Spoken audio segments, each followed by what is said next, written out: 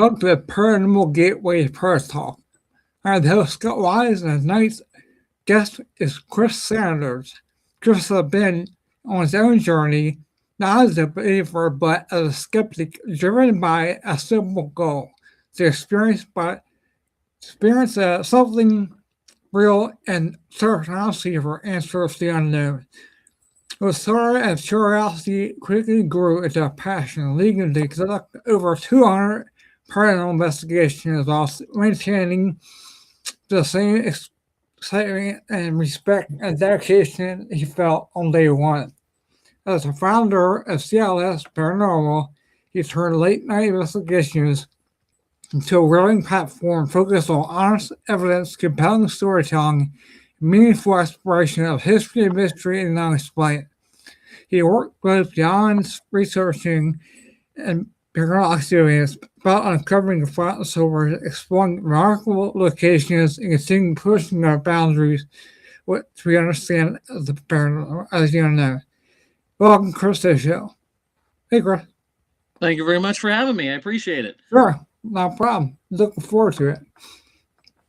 Especially about that bar you were on, what's it called, the pub? Yeah, Colbert's Pub.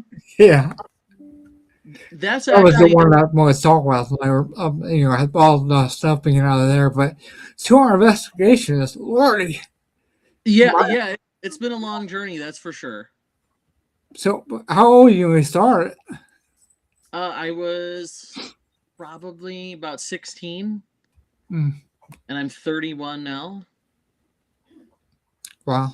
Yeah, I've been in about 15, 20 years. Um, I have a middle group right here, but I don't get too much. Got my But so you should start with a skeptic. What first got you into the paranormal?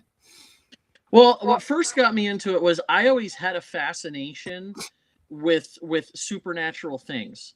So what fascinated me to it was I wanted to know that there was more to life than just you go to school, you work, and then you die. I wanted to know what else was out there, what unique things are there for me to discover. So my journey started with it was very simple. We didn't have much paranormal equipment. So the high school that I went to, long story short, the high school that I went to, if you had a certain GPA, you could make your own elective. So I had a high GPA, so I went up to my teacher and I said, I want to make my own elective. And he goes, what do you want to do? And I said, I want to do ghost hunting. So he looked at me and thought it was funny, but they did it. They got some cheap paranormal equipment, and we did some local shops where I lived and antique stores and things like that. And the love just grew of not in a selfish way. The love grew of the fascination of it, wanting to see more and wanting to experience more and seeing a part of something and being a part of something that not everybody can be a part of, that a lot of people don't even know exists. So, how did your friends and family take it though when you started doing it? Actually, a lot of family loved it. A lot of family loved it. A lot of friends thought it was ridiculous until I started bringing it home with me. My work came home with me, and people realized, wow, it's not so far fetched after all. Hmm. So I had a good reaction from close people around me. They thought it was very neat. Yeah, my wife don't believe that stuff. Sure, go out have. She goes, go out and have fun. Okay. Sure, yeah, why not? Yeah, I did a couple of weekend trips. Yeah. So yeah, we did a weekend trip at his Hill House. We did that for a weekend. Oh yeah, we did that one. That one was good. Yeah. Yeah, and we did the what else did? Oh, we did the Post Town Elementary School. We did Okay. that for a whole weekend too. Actually, we did that one first. But, so, what? I want you to say, what was your first investigation like? So my first real investigation, and I say real because that was when I was in school, they were parts. They were part investigations. You only go out for an hour or two. It wasn't like a full investigation. Mhm. My first full investigation, I was just getting into the social media side of everything, and there was a location called the Hannigan Meadow Lodge. Oh, It's about 5 or 6 hours away from Phoenix, and I actually didn't find it the traditional way you would find a paranormal place. I actually found it in a book I was reading about the haunts of Arizona. And I found this place, and I actually called them and said, "Hey, I'm starting a social media platform.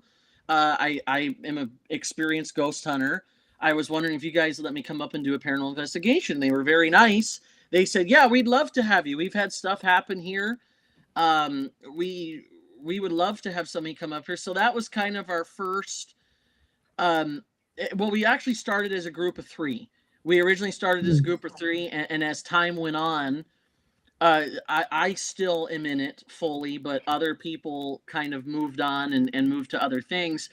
So we did the Hannigan Meadow Lodge. It wasn't super active, but it was neat to be able to do my first full investigation.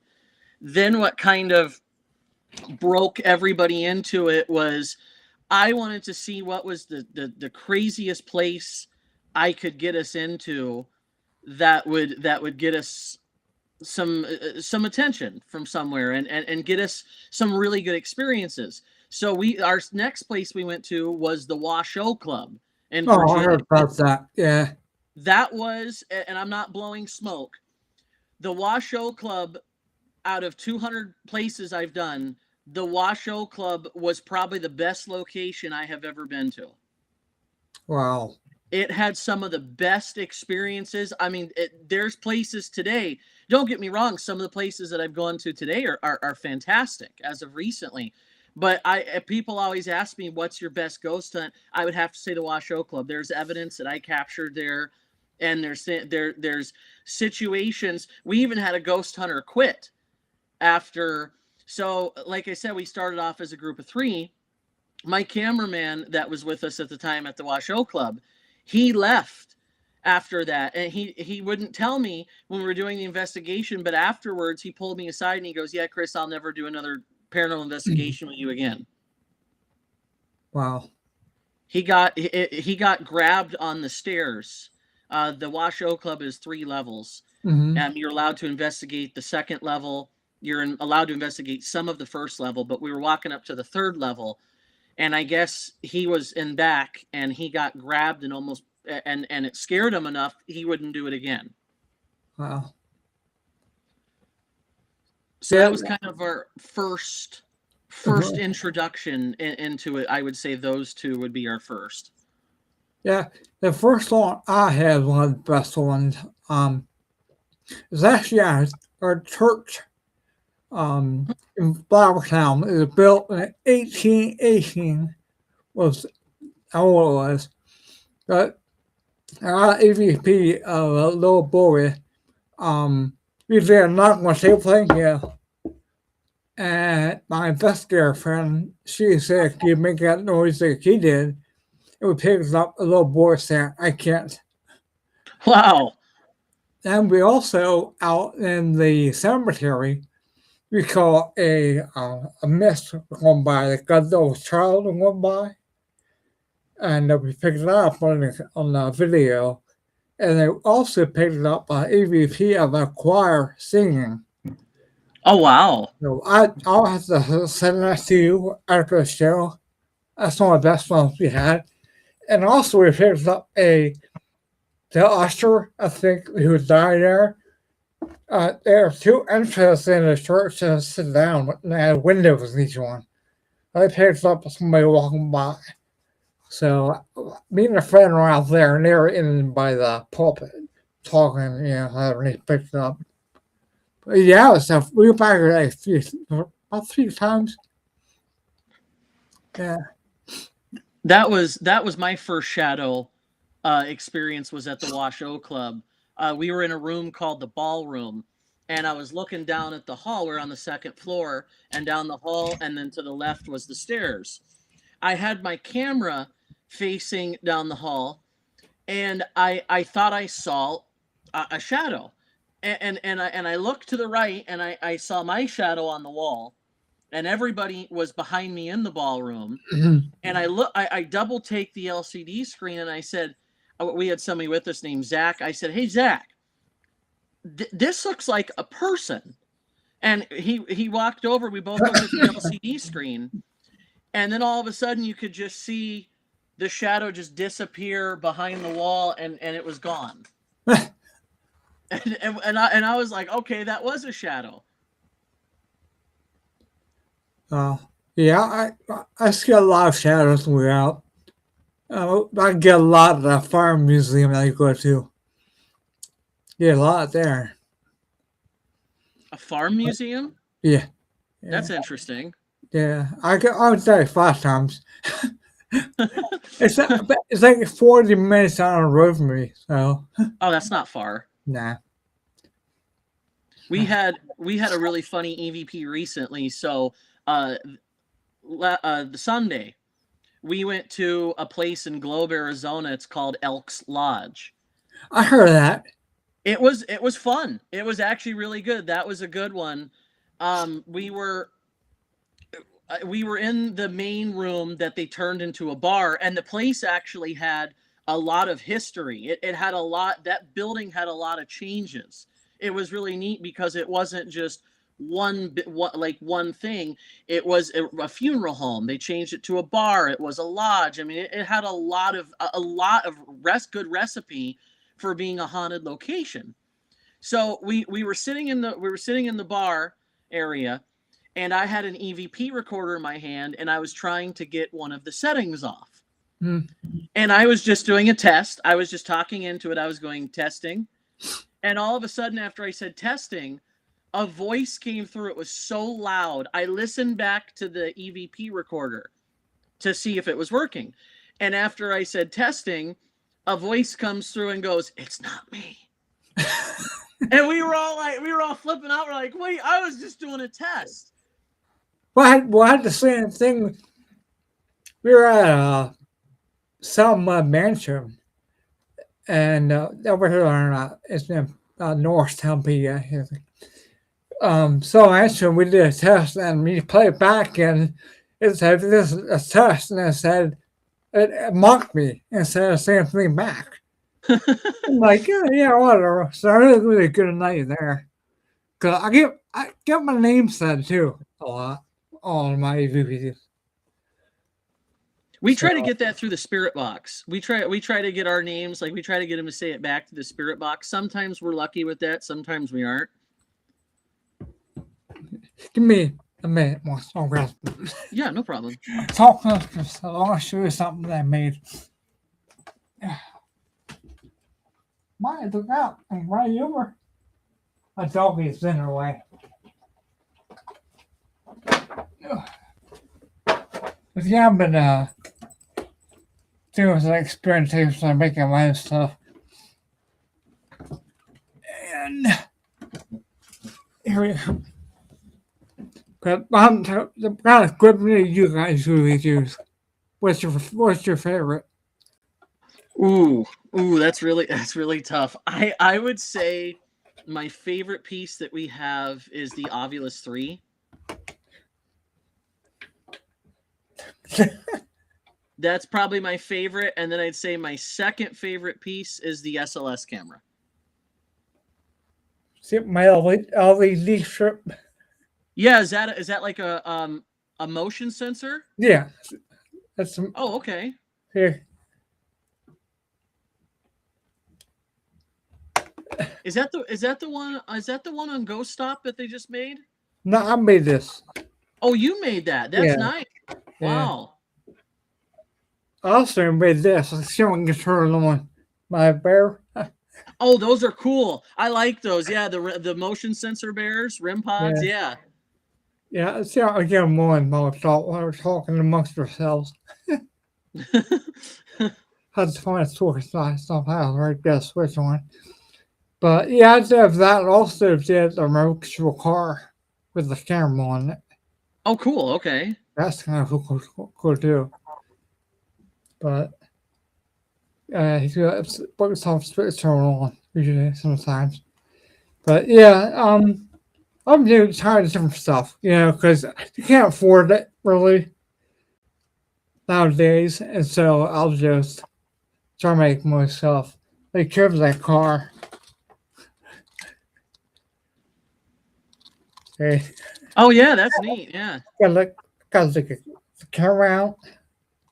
I like that. Yeah. Yeah, that's cool. So you guys do the SLS. Yeah, I like the SLS. We're upgrading actually right now because I'm a little disappointed. I bought my SLS camera. I don't remember who I bought it from. I bought it from a seller off of eBay, and I used it for a couple years. And one day I went to plug the SLS camera in the tablet to charge it. Be my friend. Does it? Where's the motion sensor on it? Right here. It's in the front. Here's Santa. Oh, I see it. Yeah. Here he goes. Battery may fall out of it. What was going on? Yeah. Will you be my friend? Oh, there it goes. Would you our friend? Will you be my friend? Oh, you don't shut up now. Yeah, that's how it works. Yeah, when you want it to go off, it won't go off. Yeah. Will you be my friend? Yeah. I think I found the switch there to turn it off though.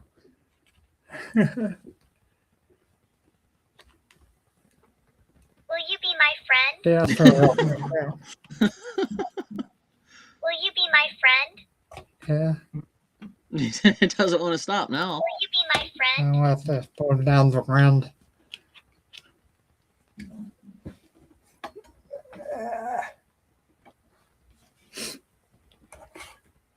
Yeah, I'm also going to be doing one of these.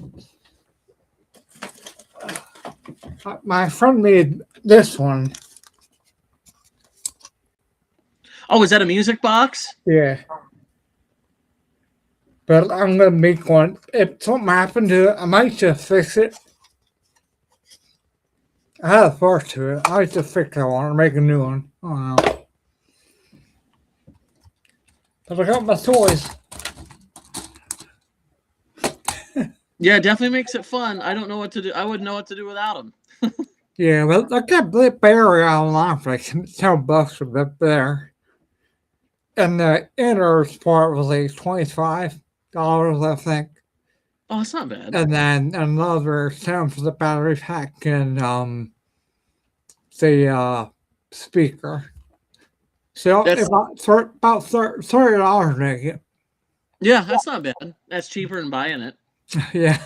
It's a lot cheaper than buying them. People sell them and they're expensive. Like I can put anything on I want. I put with my friends. You can put anything you want on it, or just record on it you want.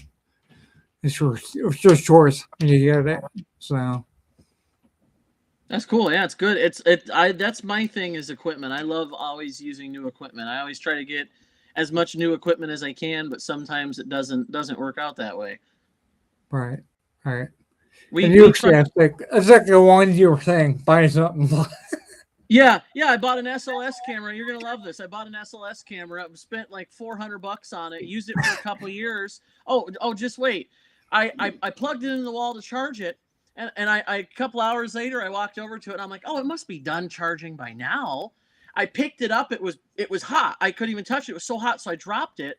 I'm like, oh my God, what's happening? I took the cover off of the back of it. The battery caught on fire. My God. Yeah, so it's junk. So that was $400 just right down the drain. How many years have it? Huh? How many years do you have it? Only a couple years. And that's not very long. I was lucky because the guy's been in the group with. He made all our stuff. He made SLS camera thing himself. He did all stuff. He did all the equipment. Yeah, that would be nice. I want to upgrade to the XLS, but Probably take a little bit of time, a little traumatized after that. Yeah, I bet.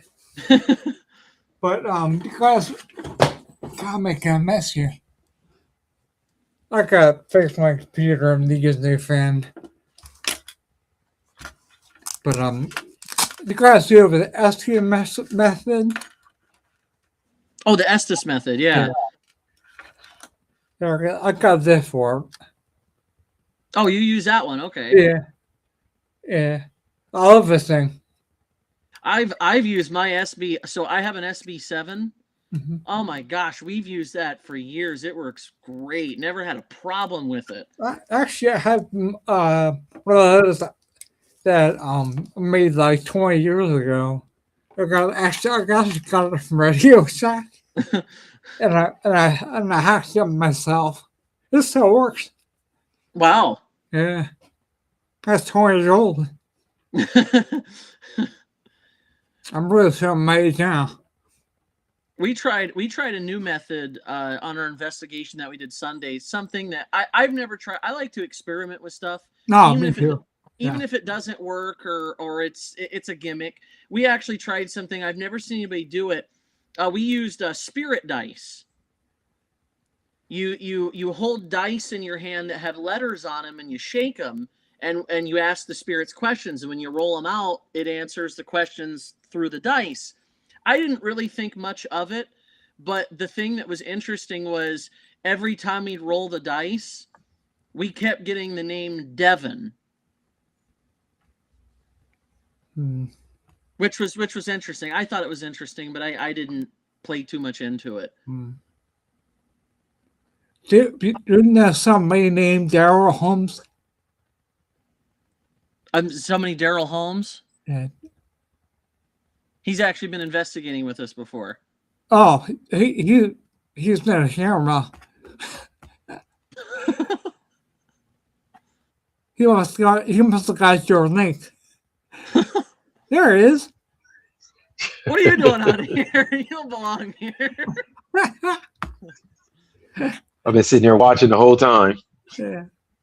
That's cool. He's actually going on a few investigations with me. He's done a haunted YMCA in Globe. Oh, cool. We did what else? We did a haunted hotel in Bisbee, called the Hotel L'Amour, and then we did a mine. We did a mine. What was it? The Queen Mine in Bisbee. Mm-hmm. So he's been. That one was pretty fun. He's never done them before, and he liked them. He wants to do more. Yeah, a lot of fun. Yeah, cool. He got in here, Darrell. He's so You would, wouldn't you? I saw him. Someone asked him on. I'm like, I don't know it's Daryl Holmes. When you said that, I was like, how did he get in here? Yeah. It's like, so instead of YouTube link, he used your link. The more the merrier, right? Yeah. Yeah, so, well, Chris, when did you realize that it was becoming a true passion rather than a hobby? Probably the more I did it, I'd say after the Washoe Club. I would say after the Washoe Club. Once I did it after the Washoe Club, it was such a surreal experience that I couldn't stop thinking about it. I couldn't stop thinking about it. I wanted to do more. I wanted to see more. I wanted to experience more. I wanted to be part of more.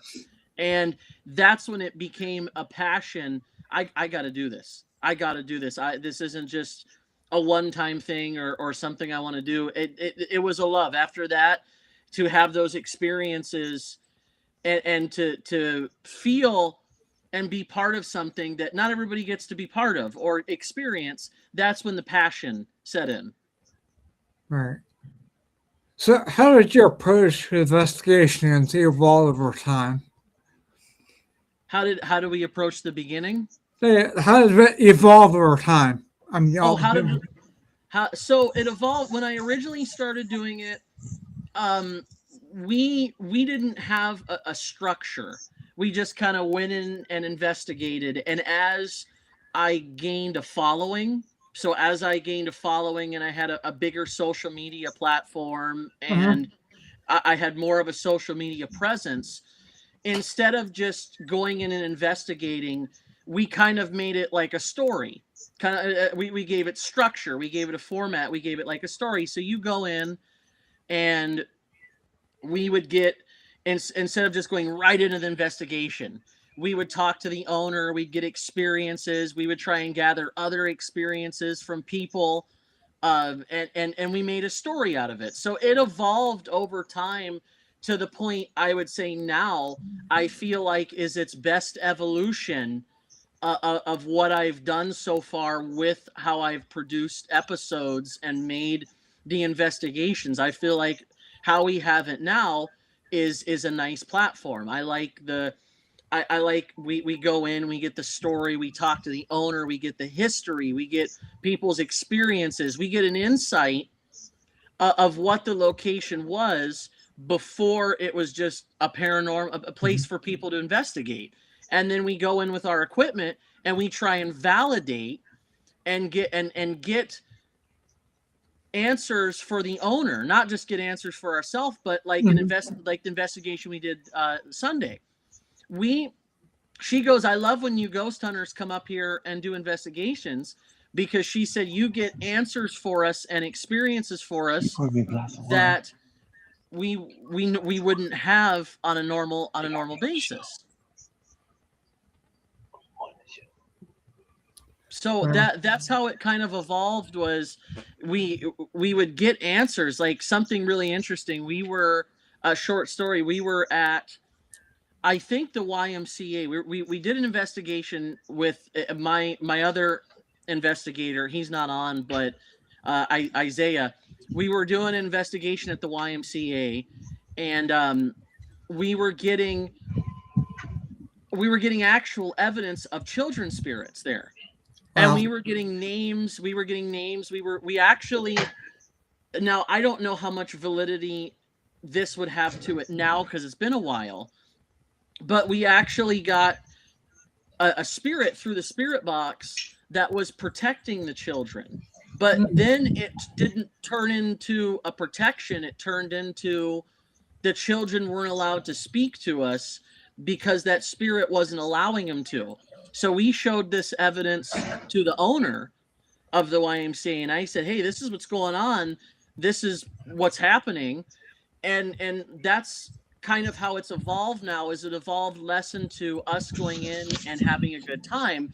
It's evolved into us making a story and a structure for people to watch. I can imagine all the different occasion you have all these places. Do you have like a whole bunch of stuff from the investigating, or like do you keep files and stuff and our investigations? I mean, you got like a terabyte of stuff that you keep from investigating. Yeah. So do we do follow-ups? Yeah, well, that's true. Yeah. Yeah. So we definitely. I usually, if I can, I'll return to a place a couple times. I like to as much as I can. Yeah, we always did it a few times, so good. Because a lot of times it'll change.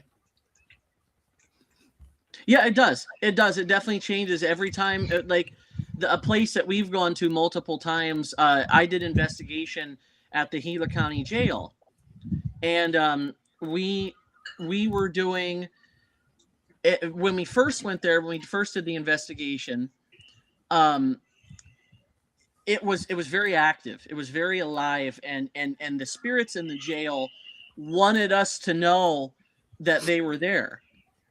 Well, it was so active, I wanted to go again. I wanted to do a second investigation. Well, when we went the second time, they didn't want to talk to us. They didn't want to do anything. They were ready to scare new people. And because we weren't feeding into that, because we weren't giving them that reaction that they wanted, they weren't interested anymore of communicating with us. So I'm like, okay, Maybe we'll go back a third time. So when we went back a third time, nothing happened. Yeah, kind of like going to a place called Hardman Mansion. You ever hear on Hardman Mansion? No, where's that at? That's in Pennsylvania too. So, Oh, okay. but there's a little spirit girl named Anna, or Hannah, sorry, Hannah, and I picked her up on. I actually heard her in my ear. Oh, you did? Oh yeah, it scared the shit out of me, but because I said it was Jacob and Hannah there. Oh, And okay. I asked her if they were there. I always go in when I'm setting stuff up, see what I can build. I put my mic on and my recorder. Even more me to shoot around because I pick up a lot of stuff that way too. Mm-hmm. But anyways, I was doing it. I said, "Is him here too?" And I hear, "Mm-hmm," in my ear. I'm like, "Oh my god!" And I picked it up and actually picked it up on recorder too. So that was the first time I actually heard it audible. I heard it since. I heard my name called here in my house already too. So I have somebody here too at our house. Was that your first audible you ever had? Yeah, yeah. And I would say the first audible I ever had was I think we were at the Washoe Club. We were at the Washoe Club, and it was a brothel, and they used to call it the Millionaires Club. We were at I think we were in I think we were in the Red Room. We were in the Red Room, and the miners used to communicate by whistling to each other. Yeah. They would whistle back and forth. Mhm. So I decided I would try it. So I whistled out loud, and not more than a few seconds later, I heard a whistle. A whistle to my whistle. So I started to do more. So we were getting whistling back and forth from inside the Washoe Club. And I'm like, okay, that is super interesting. I would say the best audible I've ever had. We were at. Have you ever heard of Vulture City? Yeah, yeah. So we were doing an investigation. They had this big paranormal investigation. It was with Daniel Clays. I know him. Even yeah. my buddy. We like Daniel Clays. I love him. He's a good guy. dude. He's a very good dude. I talk to him almost every day. Oh, do you really? Yeah, on Messenger or something. Yeah. So we were doing investigation. Daniel Clays. We had the guys. I don't know what their channel's called now. It's been a long time. We had the guys from Unearthing the Supernatural. Mm-hmm. They were there, and then we had Marie Yates. Oh yeah, I heard her husband on my show. Oh, you did? Yeah. Oh, nice. Okay, yeah. So you know who I'm talking about. Yeah. We were in one of the biggest buildings of Vulture City, and we were all in there, and there was one room above this building, one room. So one staircase down, one staircase up. There was nobody up there, nothing up there. So we were all downstairs, and we could hear footsteps upstairs in that little room. And I mean, it was loud. It was so pronounced. It was unreal. So I yelled up the stairs. I said, I'm going to come up the stairs. I could hear it as clear as you and I talking. I heard a voice go, "Don't come up the stairs." And everybody in the room heard it.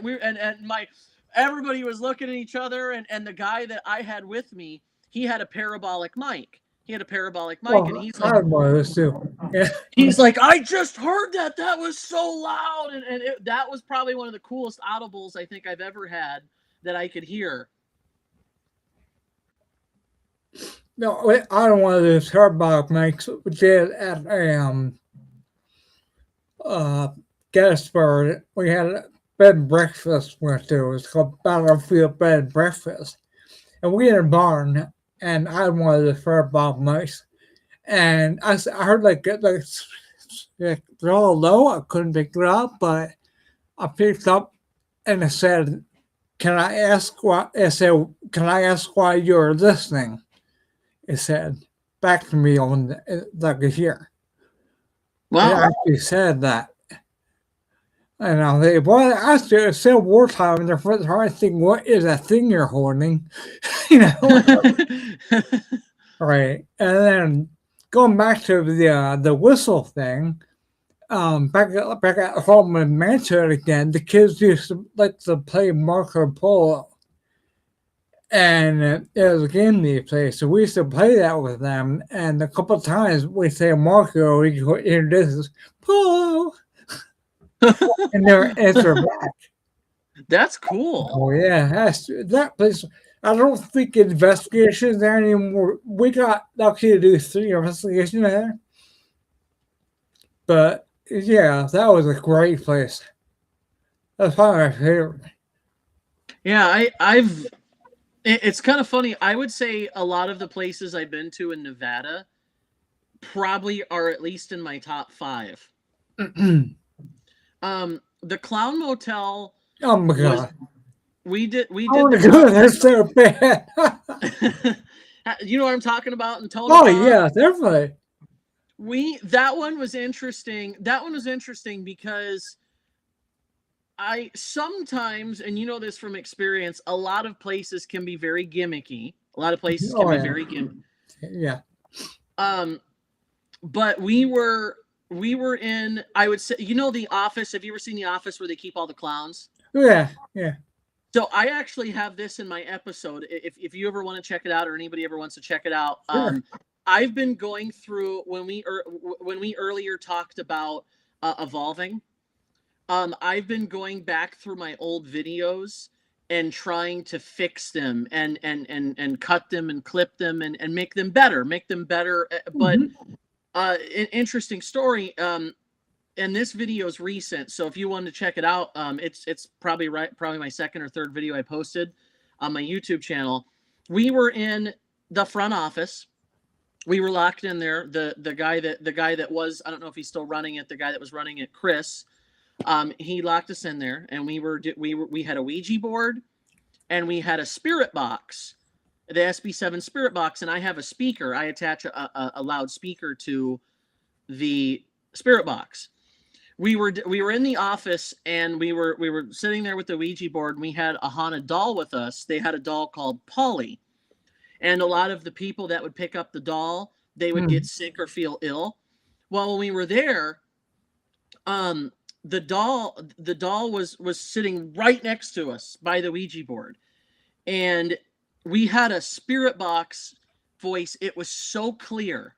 It said demon. Oh. Right through the spirit box. It was so loud. It was so pronounced. And then we had they had a sensor in the front office that would come out like a motion sensor if anything would walk by it. And that sensor came right on. Yeah. It was Hold on. Sorry about that. You still there? Yeah, I'm still here. All right, I was getting the link to your comment motels put up in the chat. Oh, a comment in the chat? Now I have the link for your comment episode. Okay, cool. Yeah, if anybody wants to watch it, they can check it out. It's an old video, so I can only do so much with enhancing it, but I think it's a very interesting video. I think people will quite enjoy the evidence that I collected and some of the stories that I got from the people that work there. All right. Yeah, link to the chat. There was a guy, actually, it was really neat. The guy that I was interviewing, he and his wife, we were upstairs. I don't remember what room, maybe it was 208, 209. We were upstairs, and he said that he felt something touch his shoulder when he was making the bed. And he said he turned around and it looked like arms and hands came out of the painting and was Oh, reaching for man. him. Yeah, that's what I said. I was like, Oh, boy. That's how fast I'm going. I got a walker. I'll be like,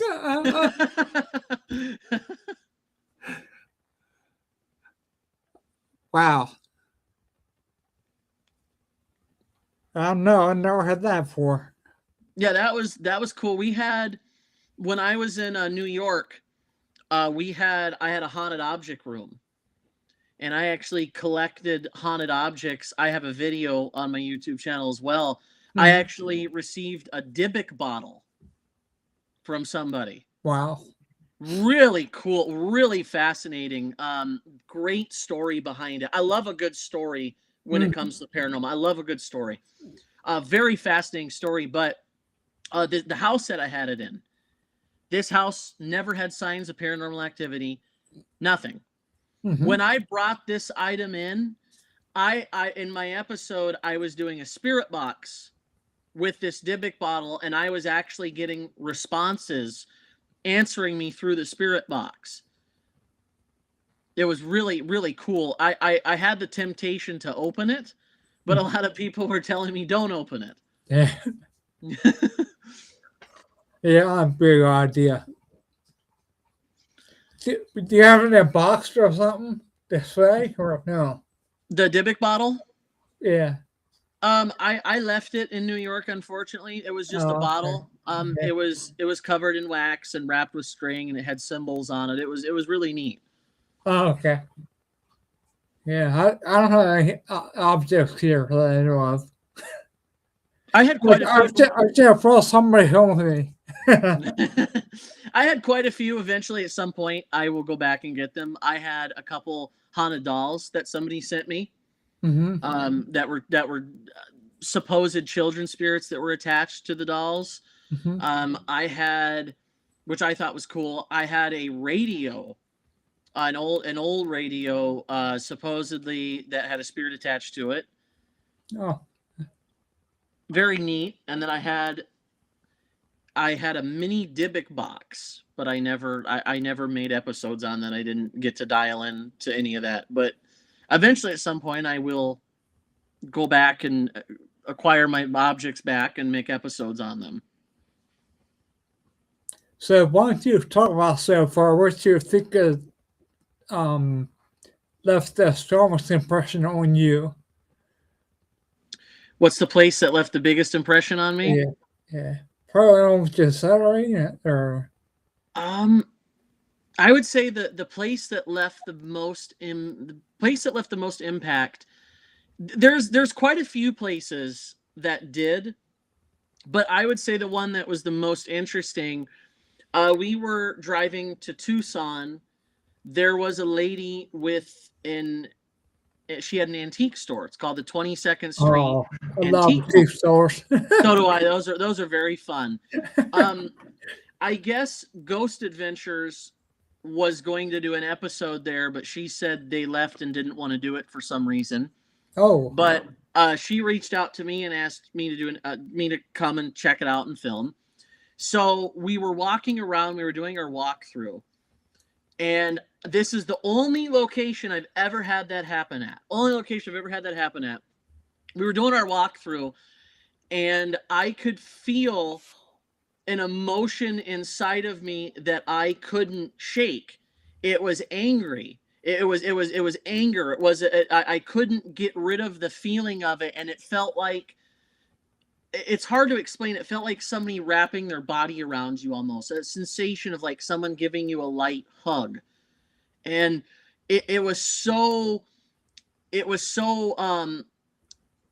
overwhelming that I couldn't overcome it, and it took me a few minutes to shake it off. And eventually, when I did, I was like, wow, that wasn't me. And I would say that one probably left the most impact.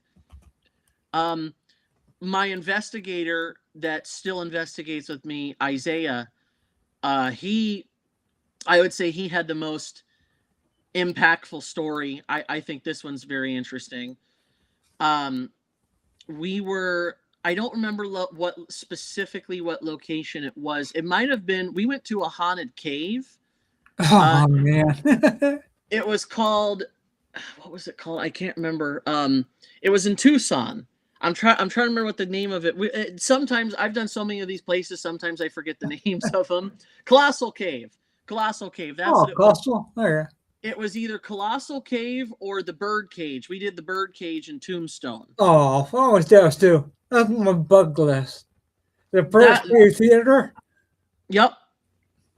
Very awesome. I love that location. That was a very small, a lot smaller than you would think. Of the I thought the location would be a lot bigger, very small, but an imprint that was left on him. I thought it was quite interesting. He actually called me for this. I don't remember. It was either one of those two locations. He was sleeping on the couch, and he said in his dream there was a demonic figure that scratched the side of his body in the dream. He said he shot up off the couch. It scared him. He said he looked in the mirror and there were 3 scratches on his side. Wow.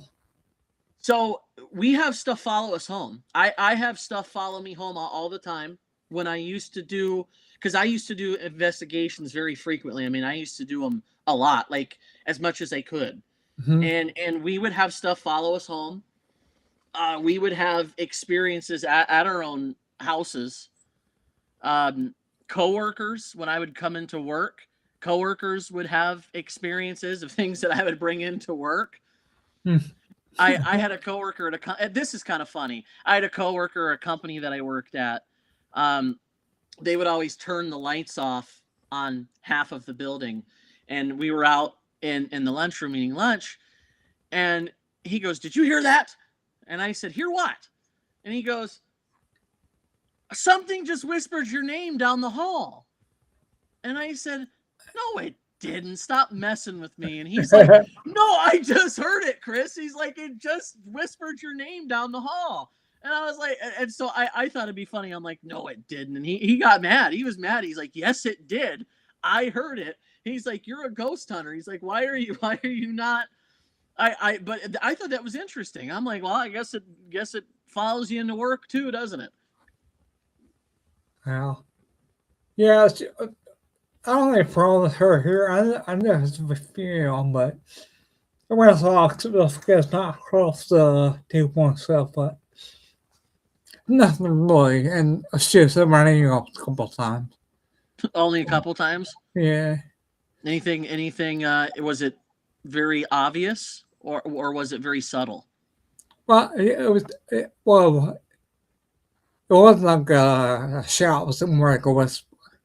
Oh, okay. Yeah.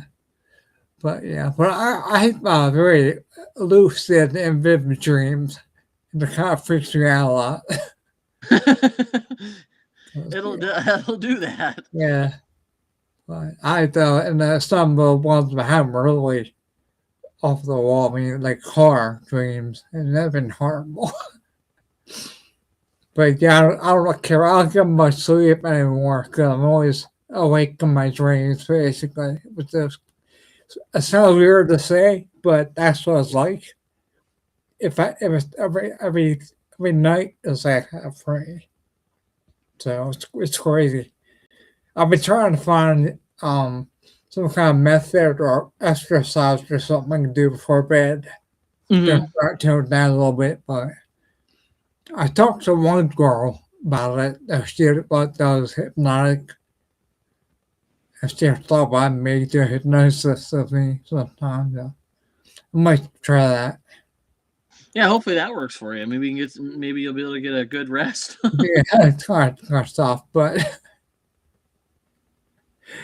yeah. So all investigations. I mean, how's keeping motivated? I mean, with your work life and stuff. I mean, you got to be exhausted all the time. I mean, and who's it with the family though? I mean, how? Do you have kids? No. Okay. I would say for motivation, when I'm in the ghost hunt, that's my I have quite a bit of motivation when it comes to the investigations. I would say when I'm doing the investigation, that's where a lot of the motivation comes, because I enjoy it so much that I can't wait to do another one. So it makes me do the research. It makes me post the video. And then I would say the other motivation is I enjoy, as I've grown as an investigator, I do all the editing for the videos. Yep. So I feel like that's motivation too. Each video becomes better and better and better. It just becomes a building block of each story improving, and then we improve with equipment, we improve in video quality, we improve in audio quality. So I would say that's where the motivation comes from, is knowing that the more I go forward, the more improvement that I make to the things that we do. Have you ever encountered anything you still can't explain today?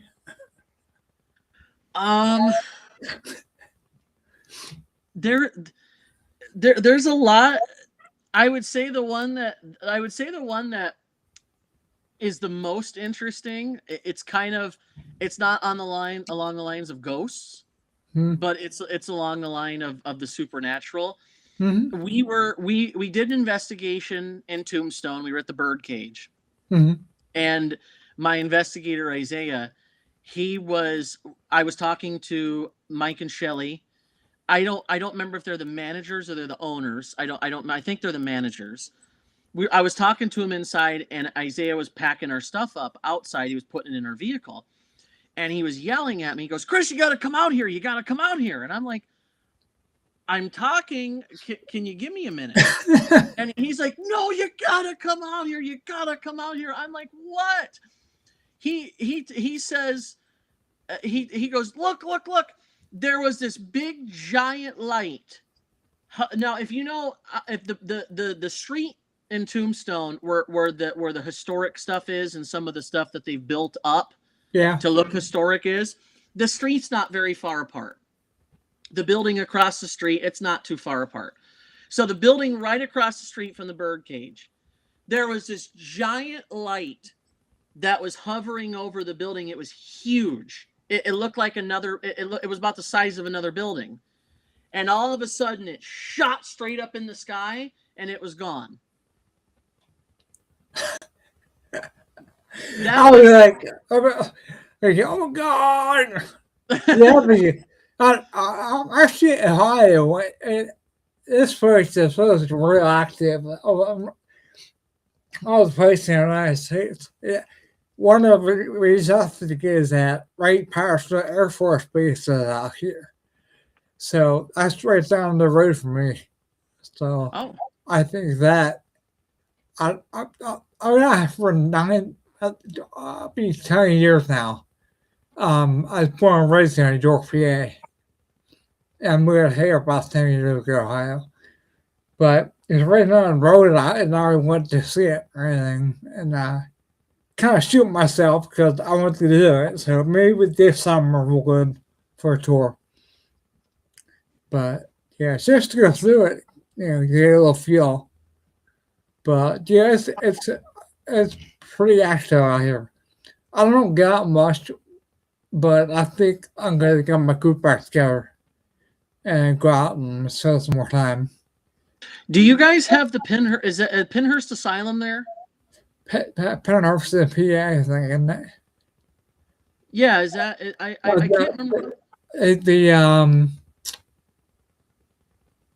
The one out here is Yeah, which one's out there? I forgot. You have an asylum out there, I'm pretty sure.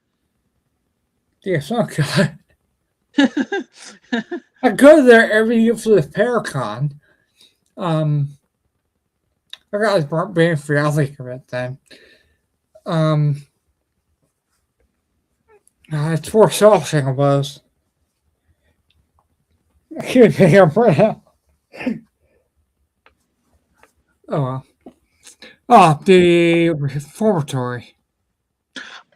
That's what it is. Yeah. I knew there was something out there that was big. I was like, I remember there's a big one out there. Yeah, I go there every year for the last 5 years. I've been there.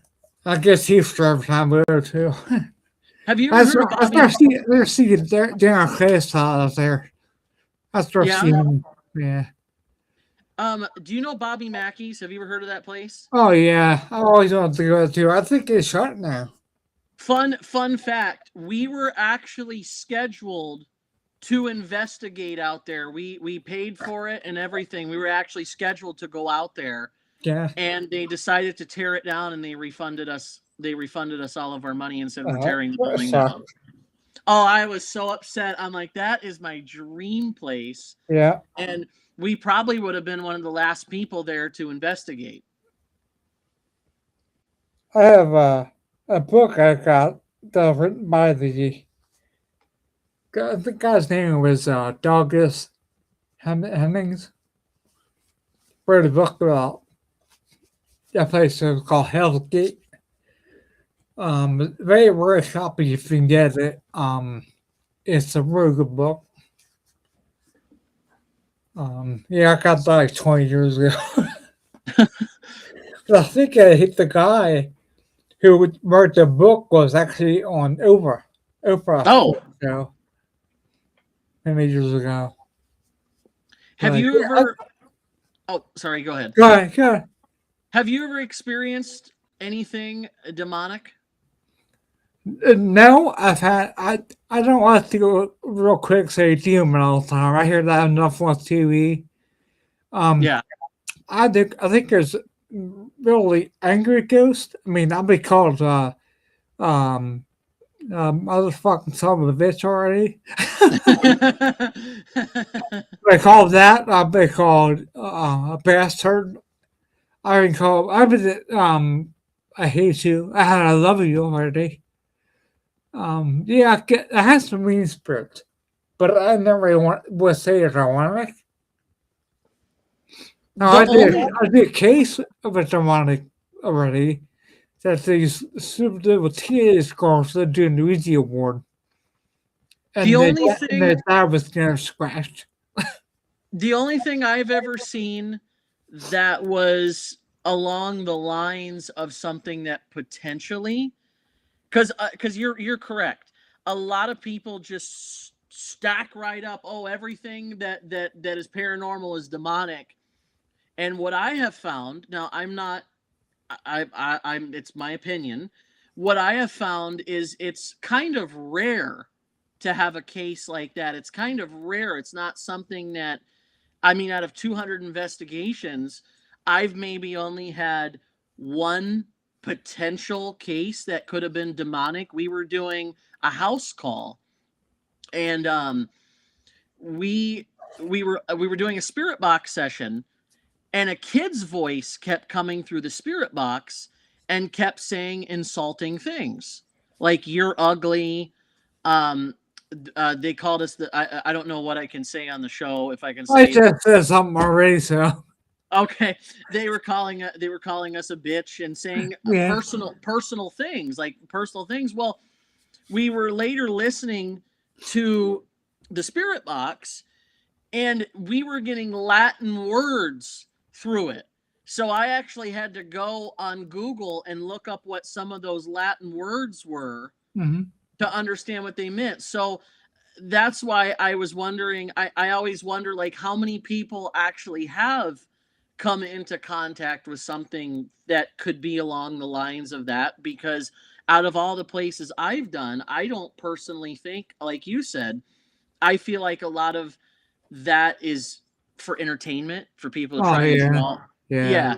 I think a lot of it's to draw entertainment into their channel, but from somebody that, because I pride myself when it comes to this. Everybody has, you can't build a relationship off of lying. I feel like I'm building a relationship with my audience, and I feel like the relationship should be truthful. And I like to build that truthful relationship. And that's why I say, from what I've found from my studies, my experimenting, my equipment, along the lines of something like that seems to be rare. It seems to be very rare. A lot of the times where somebody says it's something demonic, I find it not to be. Right. Like And all there, the classic signs aren't there. All the classic signs of it, like demonology, isn't there. yeah, we should have people get their hair pulled and stuff, and but I said, Yeah, yeah, that's yeah. that's normal. Yeah, that's normal. Yeah. That's common. Yeah, that's why I agree with I've been tough already, but so I had somebody rub my leg. I think it was Hannah from that. you. She's trying to get my attention. We had we were at the Gila County Jail, and one of our female investigators, she was walking in front of me, and I watched her whole entire hair get lifted up in Wow. front of me. Like, her whole hair got lifted up. I was like, oh my gosh! I'm like, wow, that was right in front of my face. I think it'll be right one of us. I had static on my girl's hair come up a little bit. That was something. Yeah, that's cool. That's cool. Yeah. But some of my friends, like Don, my friend, I think he got told us a couple times, but usually not. But usually pretty peaceful when we go. We've been very fortunate over the years to get the stuff we got. Yeah, it takes a lot of time. Yeah. Yeah, I mean, I think once you get a feel for it and you go in, then let yourself known to a place and more times you go back and the world is accept it. But and the people want to start doing this, they have to, you can go out and not always gonna get something until you're out. And Right. if it gets on the way, we just don't do it. That's something I explain to a lot of people. I'm like, just because you go to a place that's haunted doesn't mean you're going to pick up activity. Sometimes places are really good. Sometimes they're not. Like a good example. We did an investigation in Globe again, and they have a location up there called the Train Depot. Oh, And that was one that a lot of investigators didn't have a lot of luck with. They were like, I haven't had a lot of luck with that. It wasn't super active. Well, I wanted to do it anyway. We went upstairs. It's just 2 floors. We went upstairs and we were in one of the middle rooms. So we were kind of like right in the middle of the building. And it was just my investigator, Isaiah, and I up there. There was nobody else in the building. The building was locked. mm-hmm. Nobody was coming in there because it's gated in the back, and they lock it up pretty well.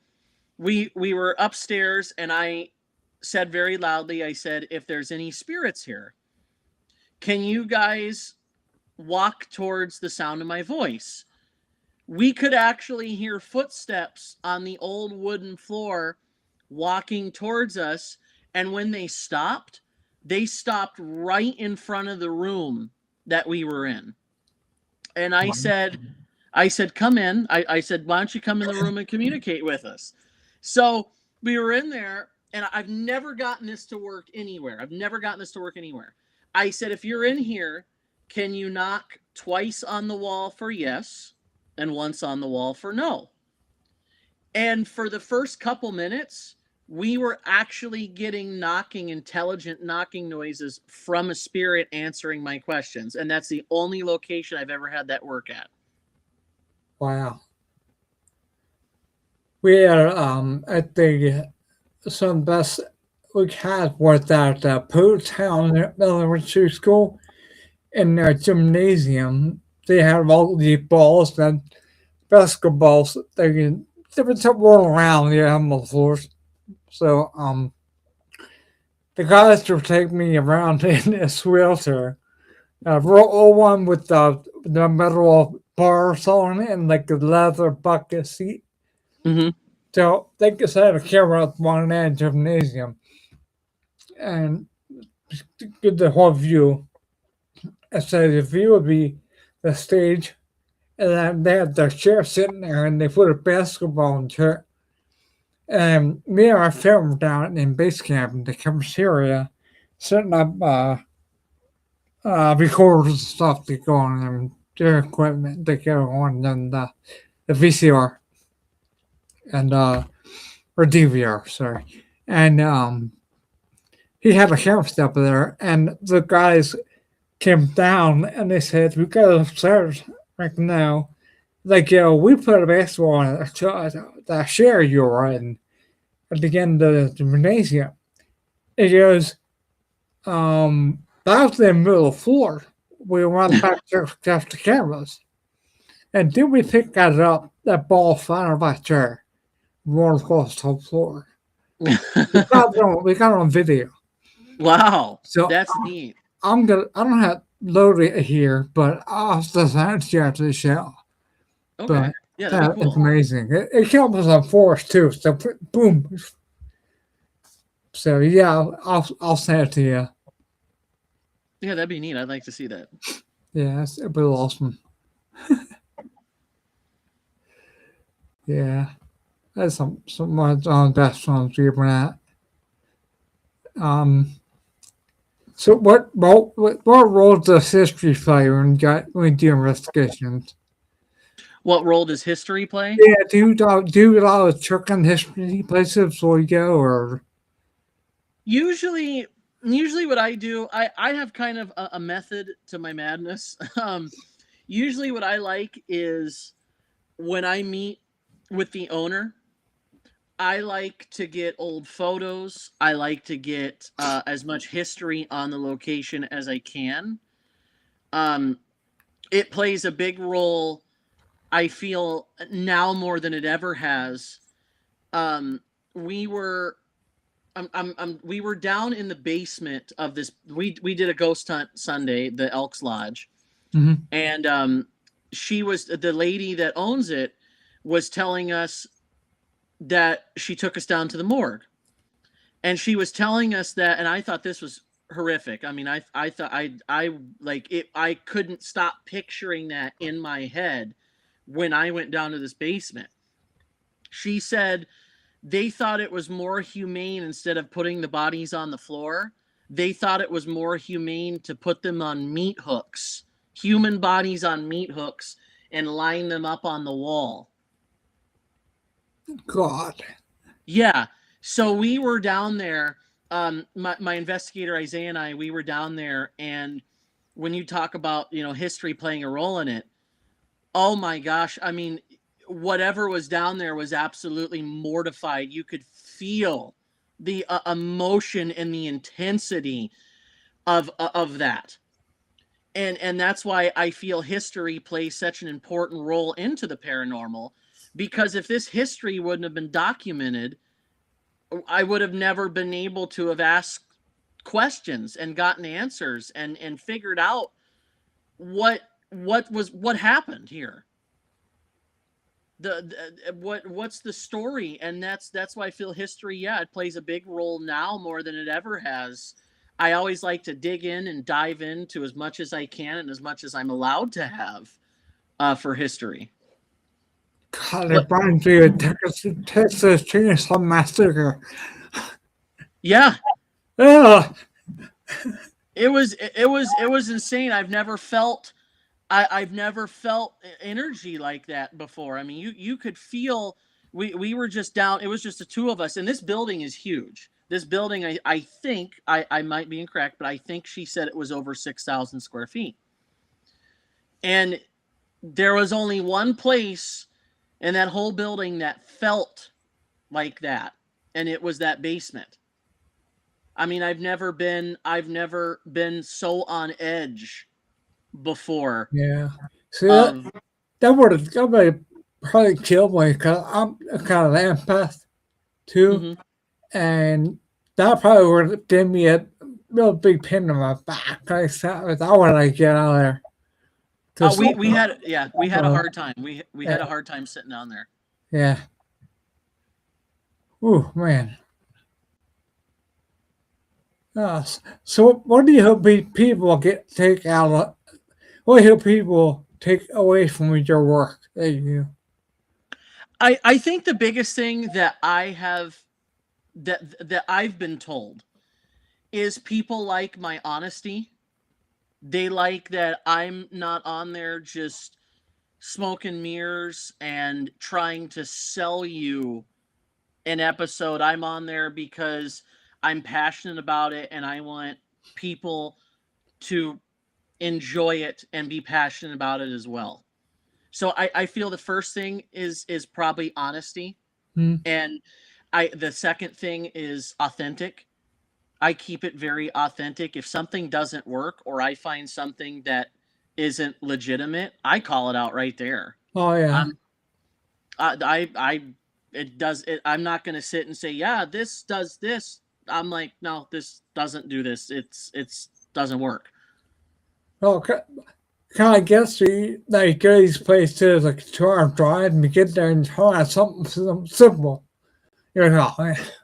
It's hard to do something, and it's just a quick source. We had a residential case that they were getting this. Well, like a spooky sound, like a loud, and at certain times that we waited for them. Every once in a while, would come on. Like here, they had in old homes, they had remember the radiators that filled with water. The houses, remember those things down there you saw before in houses. But that's what it like release like a noise. That's what it was. So we had them left. I'm sorry we came no way. So we actually went out to the dinner after that. But yeah. So what's next for you guys? Do you have any places that you are eager to explore that you didn't get to yet? So I have a list. It's very hard. A lot of people don't like. I get a lot of questions on TikTok. It's mostly TikTok. I get these questions on. How do you get into this? How do you do this? It is hard to do this. You have work. You have you have to dedicate time into this and editing and going through, because I explain to people all the time. I might go to a place for 14, 15 hours. You're only going to see 45 minutes to an hour of it because nobody's going to watch a 14-hour video. All right. So what I would say, I have a couple places that are next for me. Since I've improved a lot with my channel and structure and format and equipment, there's some places that I would like to redo. There's some new places that I would like to go to. I'm trying to see if I can get the Idaho State Penitentiary lined up. Oh, cool. There's a place in New Mexico. I forgot the name. I wrote it down a while ago. I'd have to look through my notes. There's a place in New Mexico that I would like to go to. There's a couple places I want to redo. Like I would like to redo the train depot. I would like to redo. We went to the Gila County Jail a lot, but it was kind of all over the place. So I would like to have a redo with that. I would say what's next is, when I was in New York, a lot of people reached out to me. It was actually kind of funny. A lot of people reached out to me about doing stuff. So since I've came back here, I haven't had that yet. So I don't mind when people reach out to me because I'll always go ghost hunting at a place, even if it's small or whatever it is. I'm always open to whatever the situation may be, helping somebody, giving somebody answers, which I've done that before. There was actually a house in New York that we did. The individuals that lived there, they actually died on the floor in their house. Wow. And yeah, I had a woman reach out to me when I was in New York, and she said, hey, can you come out here and investigate it. I would like to know if they're still here. I would like to know if they're happy with what I'm going to do with the house. So I'm always open for things like that. So what's next? At whatever Idaho State Penitentiary, if I can get that one, if they're still doing investigations, I don't know if they still are. Maybe some local places here, if I can get in contact with people. It's hard to get in contact with people. Like, I've been reaching out to this museum in Mesa. It's kind of new. It hasn't been around very long. I've been reaching out to them to do a paranormal investigation, and they haven't gotten back to me. I would like to do that one next. We'll see if that one can be. There's a couple antique stores in Globe that I want to reach back out to. And then at some point, I would like to leave where I left off, which is the jail. There was a jail in New Mexico that I was supposed to do. And when I called the owner to do an investigation there, he said I couldn't go because I guess Sylvester Stallone and a female actor were doing a TV show there. I don't remember what the TV show was called, but I couldn't go back. I couldn't go at the time. So I would like to revamp that, see if I could get that going again. Well, that's cool. All right, love. You said about dying on the floor. Back when I was working for graphic services, a real good friend of mine, a girl, we just friends. She was married and she had 2 kids, I guess. And I came in one Monday, and another of her friends was crying so that her husband murdered her. And so stabbed her to death on the kitchen floor. And so, again, that is a couple of years later, we went to investigate a place that was haunted, and I found out that place that we investigated was that house. Oh, wow. Okay. Yeah, that was really freaky. Yeah, that definitely would have been. Yeah. So we had an investigation that was kind of interesting. I think this one was interesting. It's interesting sometimes. That's why my motto is, no matter what the location is, I will always go, because even in some places you wouldn't expect there to be activity. I've had activity. When I was in New York, there was an older lady that reached out to me through Facebook, which it seems like that's where most people reach out to me, is either Facebook or TikTok. There was an older lady, her daughter died in the house. The episodes actually on YouTube, if you actually, both the episodes I talked about are on YouTube, the full episodes. There was a lady, her daughter died inside of the house. She was in a car accident, and she was strapped to a wheelchair. She couldn't move, she couldn't walk, and she later died of injuries, I think, inside the house. And we went to investigate, and we got some responses, but I think the one that was kind of interesting, and like I said, I'm not saying that maybe it couldn't have been a coincidence, but this was very interesting. This is around the time my SLS camera was working.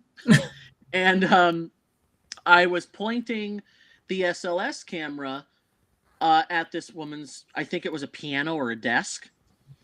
And on the top of the desk, there were 2 figures that had 4 legs and were down on the top of the desk. And I said, why am I picking up 2 figures that look like an animal? And the lady said, oh, that's where my cats used to sit when they died. oh, She said, one died there, and then she said, I think the other one used to sit up there all the time, and then it died somewhere else. yeah, we caught cat meows already. Oh, did you? Yeah, at Homemeyer Historical Museum in New York. Oh, okay. Yeah, that place over there. I actually up in the corner here, if you can see it, is a QR code. Scan that, it will take you to your YouTube page. Okay. Okay. I just say if you want to do that after the show. Have you ever heard of the Dunkirk Lighthouse? Oh yeah. Yeah. That one was a lot of fun. That one was a lot. We had a very good time. Something kind of funny.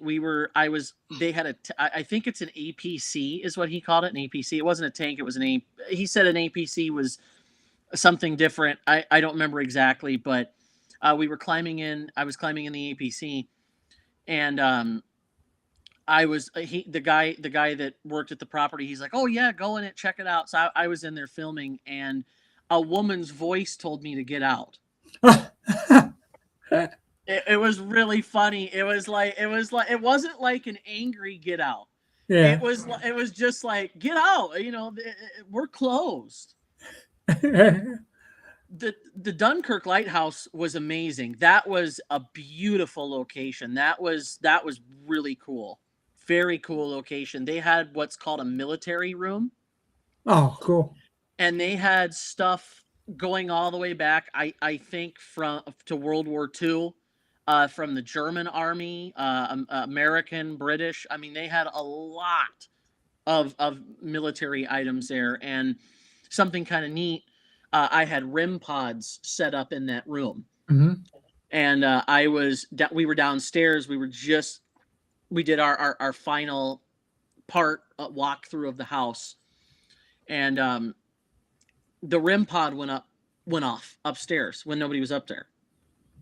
And then the other one that I placed going out and going down the stairs, that one went off too, right after that one did. Wow. So it was like it was walking. And then another part of that investigation that was really neat was climbing the lighthouse tower. That was really cool. I bet.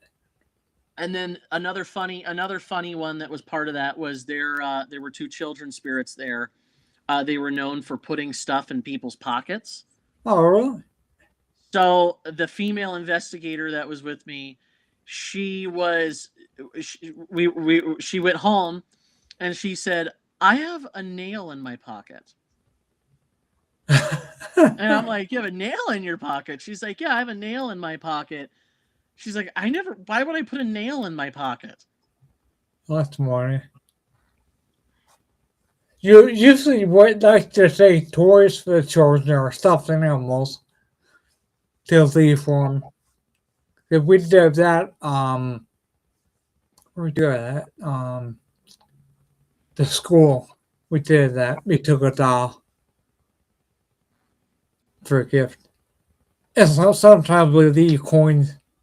Oh yeah, yeah. We've done that we did that at the bird cage, the casino area. We left a couple coins for him, trying to get him to move them. Yeah, yeah, and some. I know. Up at Dan's place, he has the tobacco sticks or something to buy when you're doing his house. Oh, okay. Yeah. Because he owns that. Yeah. Cool. Cool.